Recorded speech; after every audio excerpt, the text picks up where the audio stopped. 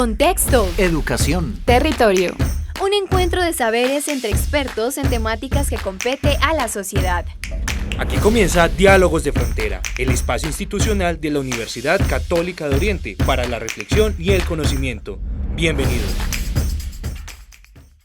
Bienvenidos a este nuevo programa Diálogos de Frontera.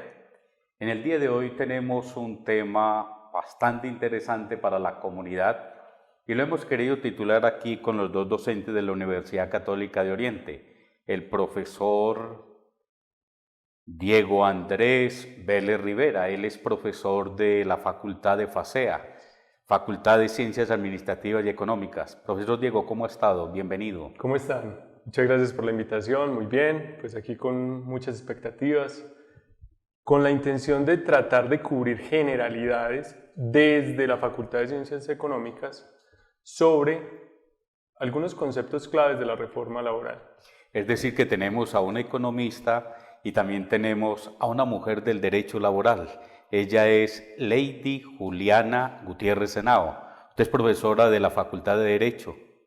Sí, padre, un saludo muy especial para usted, también para Diego. Efectivamente, yo vengo en representación de la Facultad de Derecho de la Universidad Católica y para nosotros es un gusto poder intervenir en un tema que definitivamente ha sido tendencia en estas últimas semanas, como es la reforma laboral. Y me contaba ahora mirando su perfil que usted es especialista en Derecho Laboral de la Universidad de Antioquia. Padre, en Derecho de la Seguridad Social, sí, y desde hace algunos años he venido trabajando de forma muy, muy fuerte en todo el tema de Derecho Laboral, de la Seguridad Social. Queridos televidentes, tenemos aquí la economía y tenemos el derecho para dialogar aquí en Diálogos de Frontera. Dialogar es conversar, es escuchar, es crear nuevos escenarios, es mirar hacia adelante. Yo los quisiera a ustedes introducir a partir de esta pregunta que le vamos a preguntar a un experto. ¿Cómo se tramita una reforma? Porque vamos a hablar de la reforma laboral. Estamos en un panorama donde hay reforma de la salud, reforma de la justicia, reforma política, reforma de pensiones, pero nos vamos a centrar en la reforma laboral. ¿Cómo se tramita una reforma? ¿Qué historia tienen las reformas? ¿Cuánto hace que no se hace una reforma laboral? Pueden ser las preguntas que nos va a responder un experto. El tema que nos convoca el día de hoy en Diálogos de Frontera es la propuesta a la nueva reforma laboral. Por eso hemos invitado a nuestro programa al administrador de empresas y contador Jorge Andrés Rivera Carmona, quien es consultor empresarial en aspectos contables y financieros. También ha sido docente de nuestra institución, a quien le vamos a preguntar, iniciando este diálogo, ¿cómo se tramita una reforma ante el Congreso? Un cordial saludo para todos los televidentes.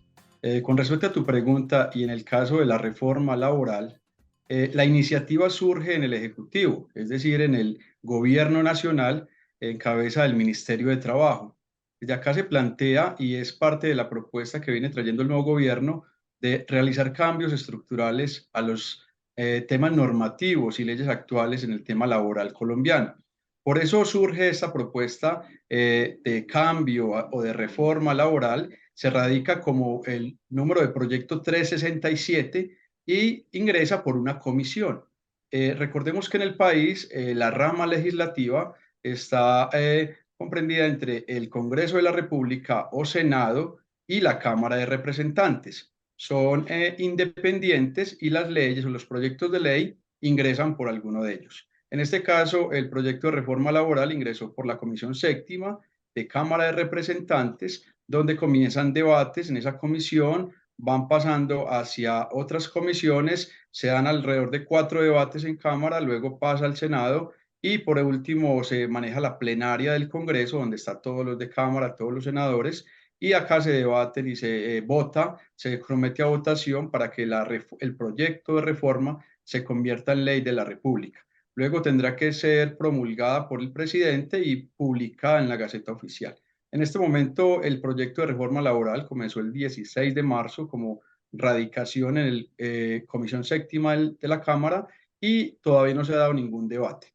En este momento hay otros proyectos como la reforma a la salud, algún tema coyuntural en el país Por eso el tema de reforma laboral no comienza aún sus debates, está radicado, pero hay gran expectativa de lo que puede ser este ajuste a temas normativos y leyes que datan desde 1990 y con los cuales las empresas y empleados vienen teniendo relaciones contractuales hace algunos años ya. Según nos decía el experto, una reforma se tramita, lleva mucho tiempo. Según le escuchaba él, me decía él que desde el año 91 no se había presentado una reforma laboral. ¿Esto es cierto, no es cierto? ¿Cómo se ha hecho? ¿Qué cambios tiene la reforma laboral, profesora Lady? Muy bien, padre. Para complementar esa respuesta que efectivamente nos realiza nuestro invitado, es importante aclarar que desde 1991 se viene hablando sobre unos principios del derecho laboral, sobre un llamado a expedir un nuevo estatuto del derecho laboral, que en este momento no teníamos ese cambio. Entonces era una necesidad latente, porque aparte de la Constitución del 91 y yendo un poco más atrás, desde 1970, cuando fue que se expidió el Código Sustantivo del Trabajo, no había una reforma sustancial.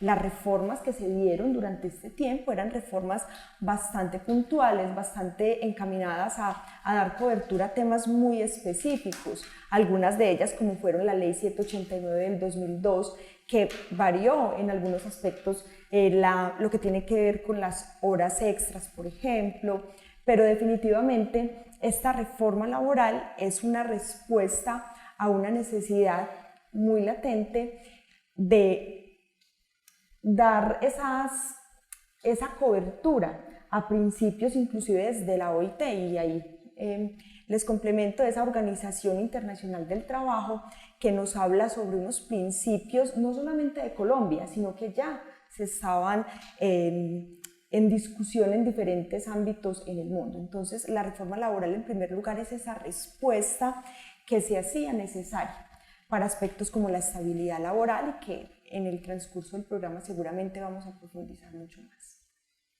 Es una reforma laboral. Si hablamos de una reforma laboral, indudablemente tenemos que hablar del trabajo.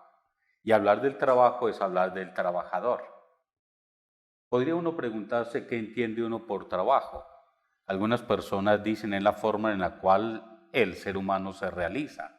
Otros dicen es simplemente un contrato donde la otra persona me explota. Otra persona va a decir estoy contribuyendo al desarrollo de la sociedad. Esto significa que hay diferentes miradas. La visión que tiene el trabajador, la visión que tiene el empleador, el empresario y la visión que tiene el Estado. ¿Qué nos puede decir a eso, profesor Diego? Pues no obstante, podemos decir que todos los anteriores se fundamentan en el incentivo, ¿cierto? Y en este caso podemos hablar de un incentivo económico. ¿Listo? Y aquí vamos a tratar de jugar en dos posiciones, porque si bien, pues en algunos aspectos somos empleados, nosotros tenemos que tener ambas visiones, la visión del empleado y la visión del empleador, ¿cierto? Porque no es una reforma, a pesar de que a modo personal considero que la reforma mejora las condiciones del empleado, pues esto es un sistema, y como sistema tenemos que entender que la relación empleado, empleador y Estado tiene que estar en equilibrio. Entonces, toda reforma tiene que mejorar las condiciones del empleado y el empleador, ¿o cómo es eso? Porque a mí me parece que es interesante, antes de empezar a hablar de reforma no reforma, ¿qué plantea la reforma laboral que se está presentando en estos momentos? En mi concepto, uno tiene que respetar los grupos con los que se relaciona. En este caso, como lo mencionamos, pues podemos hablar de tres inicialmente: empleado, empleador y gobierno, que son los actores fundamentales en este ejercicio. Entonces, para poder entender eso, nosotros partimos del incentivo, y estamos hablando de incentivos salariales, porque nosotros como empleados respondemos a incentivos salariales, y como empleadores respondemos a responsabilidades financieras. Nosotros desde la empresa siempre sostenemos que una de las primeras responsabilidades de una empresa es generar utilidades. ser sostenible en el tiempo y crecer. ¿Quién quiere trabajar en una empresa si se quiebra? Sí. Es la realidad. Eso invita a que nosotros tenemos que cuidar tanto el empleado como el empleador, porque el empleado necesita trabajar en una empresa que genere beneficios para sus grupos de interés, y uno de sus principales grupos de interés es el empleador o accionista. Entonces yo podría como plantear también este otro tipo de reflexión en este sentido. Existe un conflicto de intereses. El empresario tiene estos intereses, el empleador tiene otros intereses y el Estado trata de mediar o tiene otros intereses. Pues nosotros consideramos que el trabajo es un intercambio, ¿cierto? Es un intercambio, yo te doy mano de obra, tú me das incentivos financieros. Lo que pasa es que aquí la discusión puede avanzar en las necesidades de cada uno, y una de las preocupaciones es que de pronto la reforma está haciendo mucho énfasis en el empleado y de pronto se ha olvidado un poco del empleador, o podemos decir que en un primer inicio ese es el panorama generalizado que uno encuentra cuando habla con los empresarios, porque no solamente somos empleados, también trabajamos con empresarios que presentan sus situaciones problematizantes en el día a día, y es importante también escuchar qué es lo que ellos tienen que decir.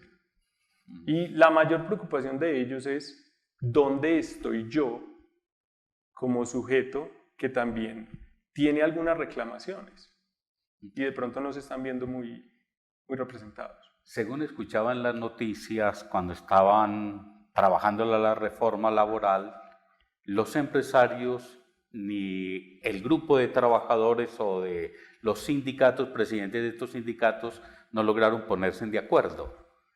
Quizás puede ser porque hay unos intereses de acá, otros intereses de allá. Profesora Lady, usted que es una mujer de la parte laboral, de la seguridad laboral, ¿qué opina de la reforma como se está presentando? Sin lugar a dudas, esta reforma laboral es una respuesta a unas políticas de gobierno, a un plan de gobierno que ya tenía previamente diseñado el presidente actual y su equipo de trabajo. Entonces, definitivamente, sí es una reforma laboral que tiende a ser más proteccionista con los trabajadores, definitivamente. De hecho, las grandes reformas, ya hablando de una manera incluso más puntual, van encaminadas precisamente a lo que tiene que ver con esa disminución de la jornada laboral, lo que tiene que ver con el contrato laboral, por ejemplo, como a término indefinido prevalente frente a otro tipo de contratos. Entonces, de manera evidente, el trabajador sí es el llamado a ser más cuidado, más protegido en esta reforma laboral. Y definitivamente habría que esperar desde el aspecto jurídico, económico, qué efectos va teniendo. Pero sí se evidencia una protección especial en distintas figuras que hacen referencia a esta reforma laboral. Retomando lo que ustedes están diciendo, no sé si hago una buena síntesis. El profesor Diego pues está hablando que hay unos intereses de los empresarios, hay unos intereses de los trabajadores y hay unos intereses del Estado. La profesora Lady en este tema de la reforma laboral nos está hablando que hay una reducción de la jornada, nos está hablando de un contrato que primero era término definido, ya sea término indefinido. ¿Y qué otra cosa toca la reforma? Ya para salir allí a un promo de la Universidad Católica. Digamos que yo quisiera mencionar que otros de los factores que intervienen en esta construcción son los gremios. En este caso, los más preocupados son los micro y los pequeños empresarios, porque muchas veces las reformas se sustentan sobre que todos tienen, y los micro y los pequeños tienen unas situaciones que muchas veces son del día a día, y esas son las que de pronto se evaden un poco y pueden ser unas de las más neurálgicas, las necesidades del microempresario del día a día, que muchas veces son de supervivencia. Toca el otro tema, los microempresarios, y llegan a decir algunos expertos, si se aprueba esta reforma laboral, se van a suscitar muchos trabajos informales. Pero pasemos ahora a un promo de la Universidad Católica de Oriente.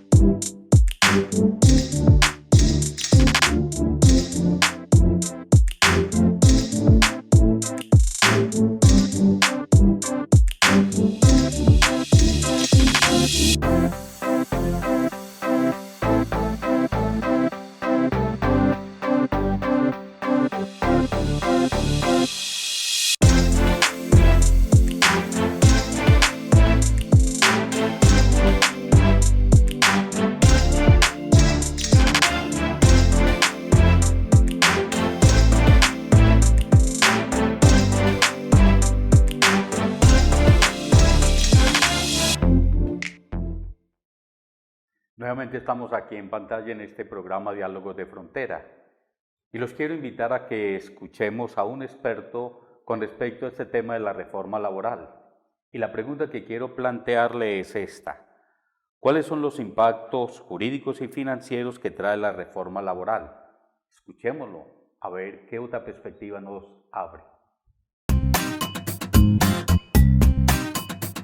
Continuamos en Diálogos de Frontera, hoy hablando sobre la propuesta de la nueva reforma laboral. Nos acompaña el administrador y contador Jorge Andrés Rivera Carmona, a quien a continuación vamos a hacer la siguiente pregunta para comprender un poco más sobre el tema que hoy venimos desarrollando, y es: ¿cuáles son los impactos jurídicos y financieros más importantes que trae esta nueva propuesta de reforma?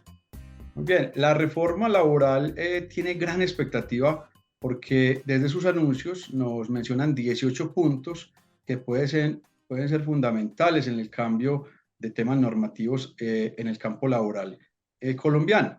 Pero digamos que principalmente va a cambiar artículos del Código Sustantivo del Trabajo, una ley que data del año 1950. De igual manera va a tener cambios en la Ley 50 de 1990, una ley que en su momento también fue muy importante, de cambios trascendentales, y va a tener ajustes en la Ley 789 de 2002, así como en algunos otros aspectos reglamentarios. Pero vamos un poco más al detalle. Se habla de reducir la jornada diurna, que en este momento está entre las 6 de la mañana y las 9 de la noche, reducirla a las 6 de la tarde como máximo. Es decir, que un empleador que le paga horas extras o recargos a sus empleados a partir de las 9:01 de la noche, a partir de que se pudiera aprobar la reforma o la ley de reforma laboral, tendría que pagarlo a partir de las 6:01. Es decir, que tendría unos incrementos importantes por haber modificado la jornada diurna y nocturna. De igual manera, también el pago de los dominicales y festivos tendrían un mayor valor a los que ya están establecidos. También tendría el tema contractual, pasar de ser contratos a término fijo por hora o labor. Se habla de que sean contratos indefinidos y que la indemnización sea un poco más alta de lo que está ahorita en el caso de terminaciones de contratos.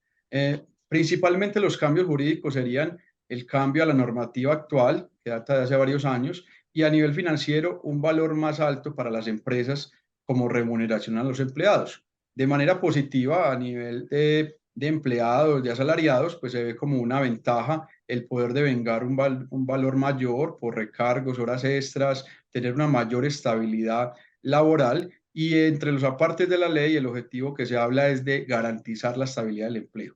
Es de todas maneras coyuntural el cambio, la propuesta que se avecina está en trámite, como les decía, en este momento en Cámara de Representantes, pero los principales cambios están orientados a brindar un mayor valor a la remuneración del trabajo suplementario, de los contratos laborales, de las condiciones salariales de las personas, de los sindicatos, y en general buscar que los empleados y las familias tengan mejores condiciones y calidad de vida.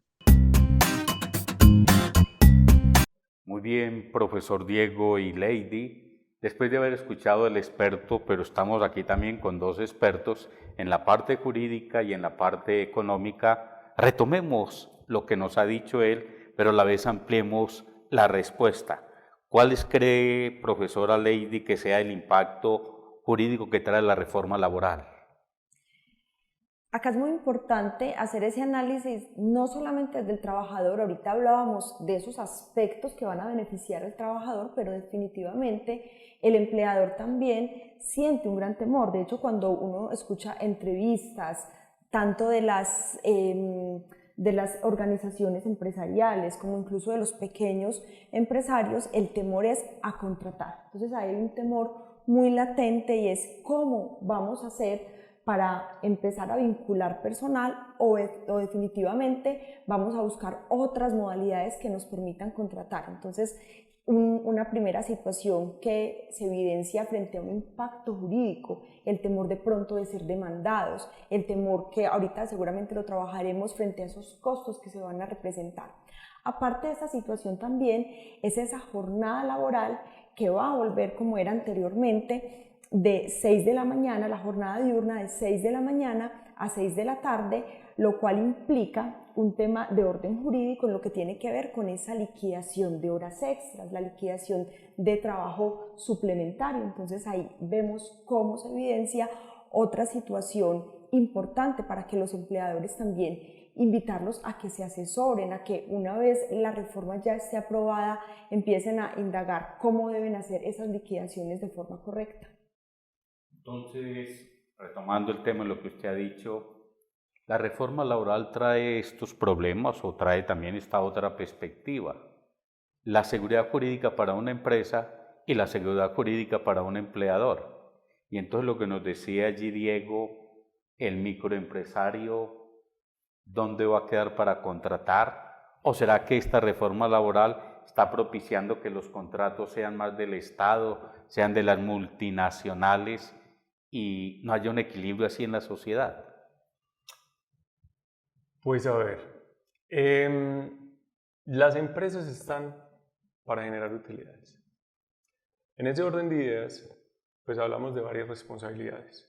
Hablamos de responsabilidades financieras, responsabilidades legales, responsabilidades éticas y ya pues todo el ámbito de la responsabilidad social, ¿cierto? Que va más allá de Diego, de lo financiero y lo legal. interrumpo, pero como usted es un experto en ese tema, quiero aprovecharlo. Ese concepto de responsabilidad empresarial, ¿cómo se entiende hoy en día? Es muy buena la pregunta porque además continúo, es porque la primera responsabilidad, incluso en los textos de responsabilidad social empresarial, es la responsabilidad financiera. Bueno, lo que pasa es que en la medida en que nosotros pensemos que todas las empresas tienen la misma dinámica, empezamos a cometer errores, ¿cierto? Porque también hay un error, también hay una responsabilidad y es la de los deberes. Nosotros vemos en estas propuestas muchos derechos y hablamos permanentemente de derechos y derechos del empleado y derechos del empleador y derechos del Estado. Pero estamos olvidando los deberes, ¿cierto? Los deberes que tenemos cada uno de nosotros como parte esencial de la organización a la que representamos. Porque nosotros nos vemos engrandecidos por nuestras organizaciones. Bien, en ese orden de ideas nosotros tenemos que entender que no podemos, no podemos ser empleados holgazanes, tenemos deberes. Muchas veces a uno lo que le da temor es el asistencialismo, ¿cierto? Y el asistencialismo crea muchos derechos, pero no hace tanto énfasis sobre los deberes. Entonces vamos a hablar sobre los costos. Como nosotros hablamos de unos horarios diferentes, ¿cierto? Que pueden ser coherentes, no vayamos a discutir jornada de eso. diurna, no jornada nocturna, sino diferentes horarios. Sí, hablamos de diferentes jornadas, ¿cierto? En este momento tenemos una jornada diurna, una jornada nocturna, eso está bien. Lo que pasa es que eso va a incrementar los costos de operación de muchas empresas. Es claro que no todas van a entrar ahí porque no todas trabajan de noche. Entonces habrá que hacer también un ejercicio de ingeniería en el tema de que tenemos que ser más productivos. Tenemos que enseñarle a nuestros empleados a ser más productivos. Porque hoy estamos trabajando menos. Como nos lo explica la profesora Lady, Hoy estamos trabajando 47 horas, si no estoy errado. Entonces, tenemos que incrementar la productividad. Bueno, pero entonces, ¿qué pasa con las empresas que sí trabajan nocturno, que sí trabajan domingos y que sí trabajan festivos? En este caso serían todas las empresas de vigilancia. Por ejemplo, nosotros en la universidad, por ejemplo, los restaurantes, por ejemplo, los bares, pues, no sé, servicios tecnológicos. Estamos también dejando de lado el nuevo contrato laboral, pero podemos hablar de eso ahorita. Vamos a hablar de costos. Estamos hablando de que en muchas situaciones podemos ver incrementados los costos aproximadamente entre un 30 y un 40%, digamos que por entregar un margen amplio. Bueno, porque el nuevo contrato demanda mucho del empleador, porque el empleador tiene muchas responsabilidades, pero aparentemente digamos que es el actor que más responsabilidades tiene. Porque ahí hay una nube que todavía tenemos que ser muy claros en algo. La reforma no se ha validado todavía, pues no ha sido aprobada todavía en su totalidad. Ahí está en discusión. Hoy estamos discutiendo porque conversar es reflexionar y estamos reflexionando. Es diálogo de frontera. Pero, profesora Lady, quisiera hacerle esta pregunta. Ya está la visión del empresario, que es bien importante, la visión del trabajador. ¿Usted cree que esta reforma está favoreciendo mucho al trabajador o no? Sin lugar a dudas, esta es una reforma que está diseñada para proteger al trabajador. ¿Pero de una manera exagerada o no? No hablemos de exageración. Yo pienso que no radicalicemos aún la reforma por dos situaciones. En primer lugar, porque no sabemos realmente bajo qué términos va a permanecer. Puede que en el transcurso de los debates se den algunas modificaciones a la reforma, entonces realmente desconocemos cómo va a quedar en firme, por un lado. Pero también es cierto que esta reforma lo que invita es a la formalización del empleo, que las personas puedan acceder con mayor estabilidad a una empresa, que puedan contar con tiempos o periodos más largos. Yo coloco el ejemplo de que puedan acceder a préstamos hipotecarios porque tienen una mayor trayectoria en una empresa. Esto tiene que ver con el contrato indefinido. Con el contrato a término indefinido. Que una persona hoy en día con un contrato definido a un año no puede acceder a un préstamo a Confama para una casa, una vivienda o qué. Si esa persona tiene una trayectoria larga en una empresa por varios años, probablemente sí. Pero la dinámica que nos encontramos hoy en día de contratación es que las personas están 2 meses en una empresa y solamente por lo que se llama temporadas. Entonces definitivamente se evidencia una desestabilidad, no solamente para ese trabajador, sino para su grupo familiar. Bueno, como pueden ver, este diálogo está bien interesante. La mirada desde la economía, la mirada de la parte jurídica, cómo crear alianza, cómo ser amigo la empresa y el trabajador. Yo los invito a que ahora escuchemos un mensaje de la Universidad Católica de Oriente.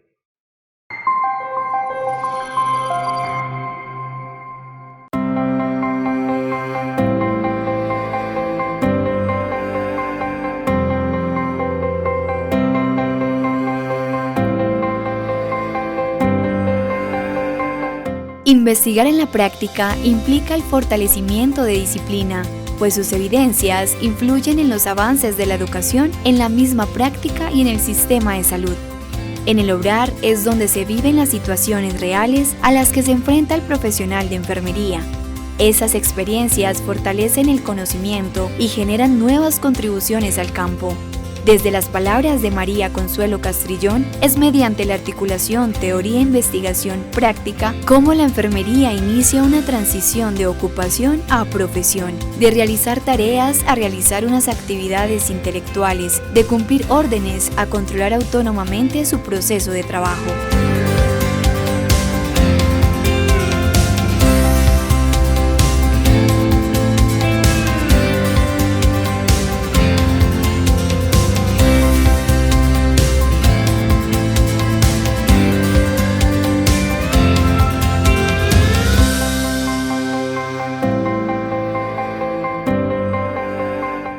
Nuevamente estamos aquí en pantalla en este programa Diálogos de Frontera. Nos encontramos con los profesores Diego y Lady en este tema, la reforma laboral. Y les hemos hecho una pregunta al público en general, al ciudadano, acerca de qué opina de la reforma laboral, qué impactos tiene para la vida cotidiana. Escuchemos a ver qué nos dijeron. A mí lo que me inquieta es el tema de los sobrecostos que va a generar para los emprendedores, porque la reforma contempla unas regulaciones que incrementan los costos laborales para las empresas. El hecho de disminuir el tiempo en el cual se empiezan a contar las horas extras nocturnas, los otros costos que se incrementan derivadas del entrenamiento y pues la formalización de los empleados en la organización básicamente es lo que más nos inquieta, porque pues eso va a afectar a los emprendedores. Bueno, en términos generales me gusta y comparto la nueva reforma laboral en el sentido que está garantizando, reforzando los derechos laborales, como por ejemplo pagar el 100% de los dominicales y las horas nocturnas otra vez como era antes de la ley 797, que es desde las 6 de la tarde hasta las 6 de la mañana. Y que me gustaría que garantizara mucho más trabajo, que esta reforma generara mucho más trabajo con el empresariado, porque sabemos que el índice de desempleo en el país es muy alto y debemos de reactivar la economía como se hizo en Río Negro para bajar el índice de desempleo. Frente a la reforma laboral, considero que es muy importante que la reforma no solamente esté dirigida al proceso laboral de quien labora hoy en una institución, sino que también de aquellas personas que se vienen preparando en el mundo laboral. Entonces, ¿cómo están esas reformas constituidas de cierta manera para que se generen unas líneas frente a aquellos practicantes que hoy están laborando en instituciones, pero que de pronto no tienen unos ingresos o no tienen unas coberturas laborales correspondientes? Yo creo que en la reforma laboral me atrevería a pensar que casi siempre la clase menos favorecida somos los trabajadores, y entre los trabajadores nos incluimos inclusive muchos de los profesionales. Yo soy profesor en las universidades privadas y en las universidades públicas y creo firmemente en el valor de la educación. Yo creo que no nos han tenido en cuenta tanto en básica, primaria, educación superior. Yo creo que yo me la jugaría más bien por incluir más en la educación y no estar pensando tanto como en el dinero, porque ya está comprobado que se enriquecen unas personas y siempre, yo lo diría así, que la clase laboral siempre somos los menos favorecidos. Como profesional de enfermería, algo muy importante sería tener en cuenta que los enfermeros y médicos y demás trabajamos muchas horas y aparte de eso las vacaciones son más bien cortas. ¿Por qué? Porque nosotros desde la salud mental nos desgastamos mucho a nivel emocional y mental, pues como con los pacientes. Y lo otro, que no puedan seguir tercerizando nuestra contratación, supremamente importante. Porque muchas de nuestras enfermeras siguen siendo contratadas por terceras empresas y realmente hay que regularan los pagos, porque el pago no es el adecuado para todo lo que hacemos. Quisiera retomar la pregunta que le habíamos hecho al público en general. ¿De qué manera impacta la reforma general al ciudadano de a pie? A una persona que tiene una empresa, a alguien que tiene una microempresa, a alguien que trabaja en el Estado, a todas las personas de una u otra manera.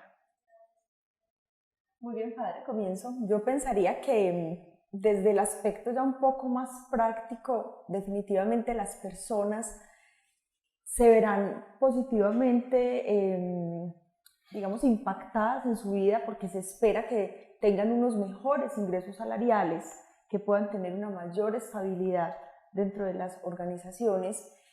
Y aparte de eso, también se espera que en el transcurso, una vez apruebe la reforma, pues se haga una consolidación de la misma paso a paso, que no sea algo arbitrario tampoco para empleado y trabajador, sino que eso incentive, inclusive, pensaría yo también, incluso en calidad de trabajadora, lo que tiene que ver con el sentido de pertenencia de las personas hacia sus empresas, porque va a implicar entonces tener una mejor remuneración frente a una jornada laboral. Ahora hablábamos, por ejemplo, de las personas que trabajan de noche. Eso les va a implicar que trabajar desde las 6 de la tarde van a poder tener un ingreso en lo que tiene que ver con esas horas adicionales que trabajan, o en esos turnos, lo que tiene que ver el sector médico, que incluso también ha sido tan golpeado por lo que tiene que ver con la pandemia y demás. Entonces, yo creo que es dar una mirada de cuáles son esos aspectos que pueden ser positivos desde lo cotidiano, desde esos ciudadanos, que yo creo que estamos representados ahí muchos de nosotros. Pero a la vez a mí me suscita un tipo de preocupación. En este momento puede que una empresa sea capaz de sostener 100 trabajadores, pero con la reforma laboral no puede sostener sino a 75. Entonces beneficiaría a estos 75 y habría una gran desbandada de trabajadores. ¿No cree que este puede ser un problema? El desempleo, la informalidad. Los gremios FENALCO y ACOPI son, digamos que, las caras visibles de las problemáticas de muchos empresarios. Yo no creo que eso sea tanto el problema, yo creo que el problema puede ser la gradualidad.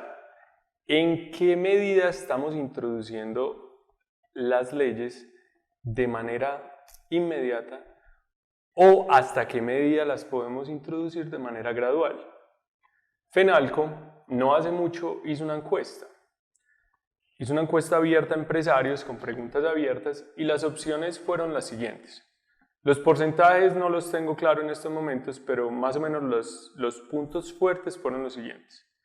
Despido era una de las opciones, despedir a mis empleados, pues a gran parte de la planta de empleados, despedir el 50%, otros eran cerrar sedes, o sea, volver a los inicios, como que no, yo crecí con esto, abrí muchas sedes, voy a volver a este negocio y hago fuerte este negocio nuevamente. Otras eran automatización. Pero ¿quiénes pueden hacer automatización? Las automatizaciones normalmente requieren músculo financiero muy fuerte. ¿Cómo es el término? Automatización de procesos. Entonces, por ejemplo, en nuestro sector nosotros tenemos, por ejemplo, un sector textil muy desarrollado.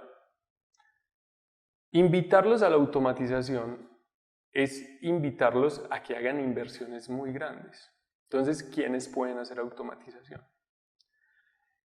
Otro de los puntos interesantes ahí que de pronto se han trabajado de manera muy superficial es el nuevo contrato laboral, que es el tema de la automatización en las plataformas digitales, profe y padre. ¿Por qué? Porque es un tema muy nuevo y como es un tema nuevo es muy difícil de legislar y ahí hay muchos vacíos y con el tema de las plataformas también se espera que si se normatizan de manera inmediata las pérdidas de empleo sean fuertes en inicio, porque la economía siempre buscará la forma de regular. De fluir.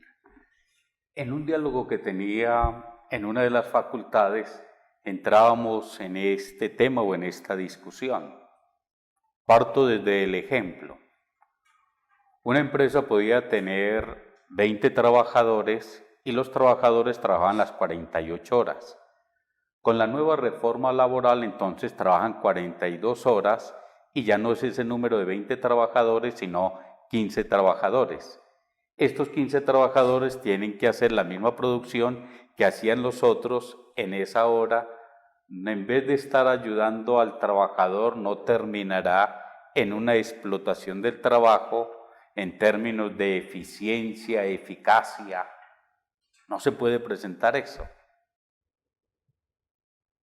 Yo considero, padre, que los términos, lo que tiene que ver con eficacia, eficiencia en el empleo, cuando nosotros, por ejemplo, desde el consultorio jurídico asesoramos a los trabajadores, va mucho más allá, no necesariamente en el cumplimiento de una jornada laboral extenuante, sino que las personas pueden ser eficientes también en jornadas laborales más cortas, y yo insisto que es esa motivación de vamos a trabajar menos horas, va a tener más tiempo para la familia, va a tener más tiempo. De hecho, vemos como hoy en día nuevas formas de contratación, empresas puntuales multinacionales que incluso dentro de los espacios laborales tienen espacios de ocio, de recreación, de esparcimiento, que invitan a esa motivación también y a esa productividad. Entonces ese término de eficacia yo creo que se puede traducir de forma positiva. ¿Y por qué hablo de esto? Porque lo que busca el empleador es precisamente que no me demanden, que de pronto yo no tenga que acudir a una inspección de trabajo, que no me hagan un seguimiento en la forma como yo realizo mi trabajo. Entonces, yo diría que la forma más sana, la forma que se puede implementar para que no sea un impacto tan fuerte, no se dé un impacto tan drástico, puede ser invitar a los empleadores a acomodarse a estas nuevas formas de contratación, a estos nuevos horarios, también de forma paulatina, no de forma que de pronto les impacte a ellos económicamente, sino mirarlo también desde esa parte, desde la eficacia y eficiencia. Yo traía a colación estos términos porque uno de los autores que se está leyendo a nivel filosófico, Byung-Chul Han, en ese texto La sociedad del cansancio, él decía que en la revolución industrial siempre estamos bajo el control. Y hoy en día no estamos bajo el control, sino de la autoexplotación del rendimiento. Entonces, cuando uno dice, no, usted tiene solo 42 horas y lo otro tiene que llevarse trabajo para la casa, puede llegar también a un tipo de explotación. Pero estamos también aquí con el administrador, el profesor Diego, que es formado en todo ese tema de administración. A ver, yo creo que nosotros todavía... Yo no encuentro ningún problema en la reducción de las horas laborales. Sí lo encuentro en que vuelve y juega en la gradualidad. Si trabajamos hoy 47, hace poco trabajamos 48, y lo vamos a bajar a 42 de manera inmediata, eso va a impactar muy fuerte la competitividad de las empresas. Por eso es que en muchas situaciones nosotros escuchamos, digamos que aquellos que quieren hacer ruido, escuchamos reforma laboral igual a pérdida de competitividad empresarial. Y yo lo encuentro coherente en la medida en que si se introduce inmediatamente puede ser muy peligrosa en general para todos, pero más peligrosa para los micro y los pequeños empresarios. Vamos a hacer como una clasecita ahí, Coquito. Microempresarios es de 1 a 10 empleados. Pequeños empresarios es de 11 a 50. Medianos de 51 a 200 y grandes de 200 en adelante. Pues de 201 en adelante. Entonces, pero hay otras proporciones que hay que tener en consideración. Resulta que ACOPI es el gremio que reúne a las MIPYMES. Micro, pequeñas y medianas empresas. FENALCO las reúne a muchas de ellas, FENALCO reúne muchísimas. Pero ACOPI, solo ACOPI, con esos tres, tiene el 97% del aparato productivo de un país. Entonces estamos hablando que la reforma, casi que el 90% de las empresas son micro, entonces va a impactar de manera inmediata a las microempresas, que muchas de ellas trabajan bajo un modelo de subsistencia, ¿cierto? Entonces, bajo esas condiciones, yo no encuentro peligroso el reducir horas. Yo encuentro peligroso es que no sean graduales. Eso es lo que para mí hoy puede ser una preocupación. Entonces, según profesor Diego, si le entendí bien, el problema es si lo hacemos de una manera inmediata y no hacemos un proceso. Si no hacemos un proceso de transición pedagógico con la misma sociedad, con las empresas, con los trabajadores. Claro que sí. Claro que sí. ¿Por qué? Porque tenemos que garantizar lo que nosotros llamamos absorción. O sea, que las empresas puedan tener esa capacidad, digamos que de modificarse y luego empezar nuevamente. Siempre en las modificaciones uno va a estar como atento a los cambios, como precavido. Entonces posiblemente haya un descenso o una estabilidad, pero luego nosotros tenemos que garantizar absorción de trabajo, o sea, que las empresas vuelvan a contratar.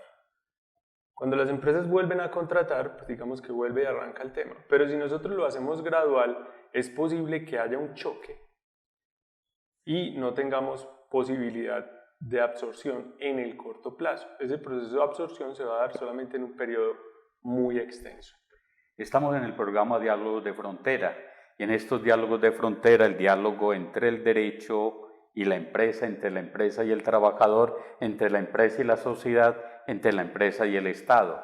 Recordemos la misión de la Universidad Católica de Oriente, el servicio a la persona, y el servicio de la persona siempre busca la dignidad de la persona y la dignidad en el trabajo. 40 años han sido suficientes para dejar huella en una región que ha sido testigo de nuestra evolución.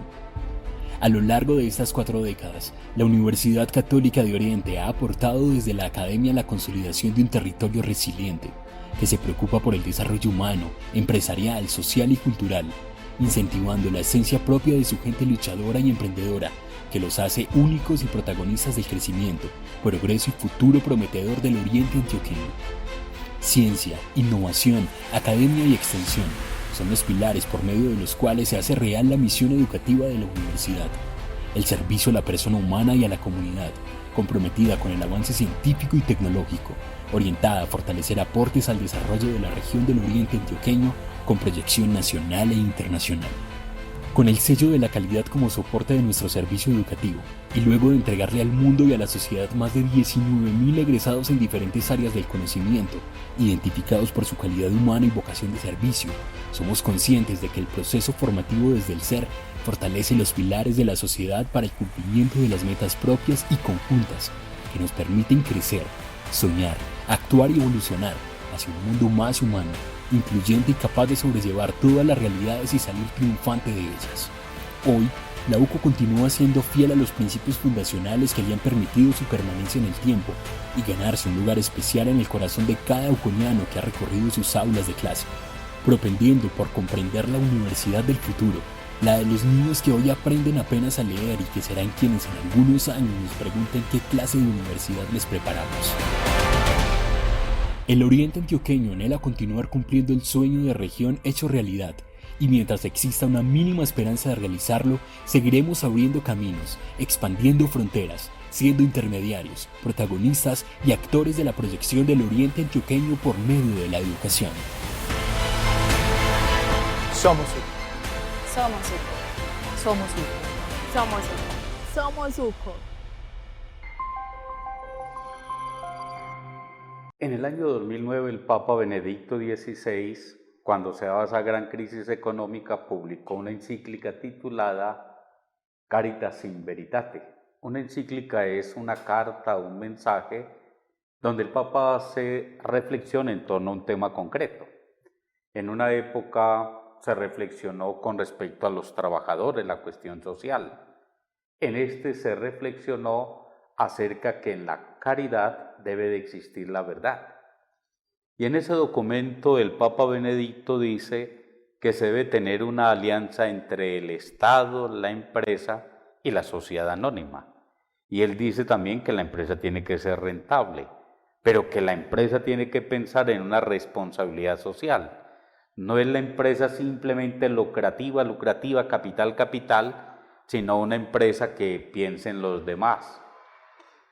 En estos días se leía también en El Colombiano una columna hablando de la responsabilidad de la empresa.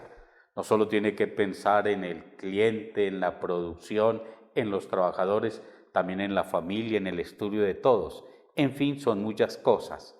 Yo quisiera ya para culminar este programa Diálogos de Frontera, que es un programa institucional de la Universidad Católica de Oriente y que cada 8 días se está transmitiendo, sacar algunas conclusiones con respecto a esta mirada de la reforma laboral.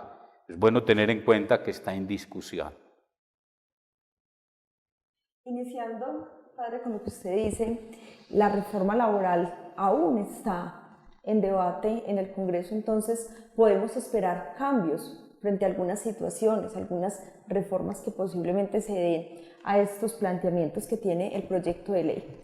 Sin embargo, yo insisto que es una reforma que busca esa protección del trabajador y hablábamos ahora de algunas modalidades, incluye también otras modalidades contractuales como es el jornal de ese trabajador de campo. Aumenta también la forma de indemnizar a los trabajadores y que no se den por ejemplo, despidos discriminatorios, es decir, personas que estén en situaciones de salud, mujeres en estado de gestación, algunas personas que tienen unas protecciones especiales y que buscan entonces que el código sustantivo en esta reforma, si se aprueba, que proteja de forma adicional esto. También quiero... Ahora escuchaba cuando estábamos detrás de cámaras antes de seguir, hablando aquí entre nosotros tres, que decían, esta reforma favorece al trabajador actual. Entonces el que todavía no ha conseguido trabajo, ¿será que sí lo favorece? Yo creo que esa mirada más responde al tema económico, ¿cierto? Más allá incluso del jurídico, porque mi invitación siempre es que un empleador, sí, proyecte el tema financiero, obviamente, súper importante, pero que también desde el jurídico se blinde, como les digo yo siempre, a futuras demandas, reclamaciones de los trabajadores, y que si se hace justicia, como usted bien lo decía, frente a ese servicio de la persona, pues realmente no van a haber inconvenientes con los trabajadores. Entonces, respondiendo también a lo que hemos dicho desde el comienzo, que el trabajo no es solamente esa remuneración o ese ingreso que recibe el trabajador, sino que en torno al trabajo humano, al trabajo de una persona, digamos que se relacionan muchas otras actividades, como la educación de los hijos, la vivienda. Entonces no es solamente el ingreso económico del salario, sino realmente toda esa estabilidad que pretende dar también el Estado a través de los empresarios. ¿Qué dice profesor Diego? A ver, ya finalizando este programa. Profe Raúl, profe Lady. Pues a ver, a mí me queda un vacío, y el vacío es el nuevo contrato laboral. Las condiciones laborales han cambiado, los incentivos a trabajar han cambiado. El tema de la estabilidad en la empresa es concebida de una manera diferente. ¿Por qué? Porque, por ejemplo, nosotros ya nos encontramos con personas que se entienden en una dinámica un poco más agresiva. ¿En qué sentido? En el sentido en que muchos jóvenes quieren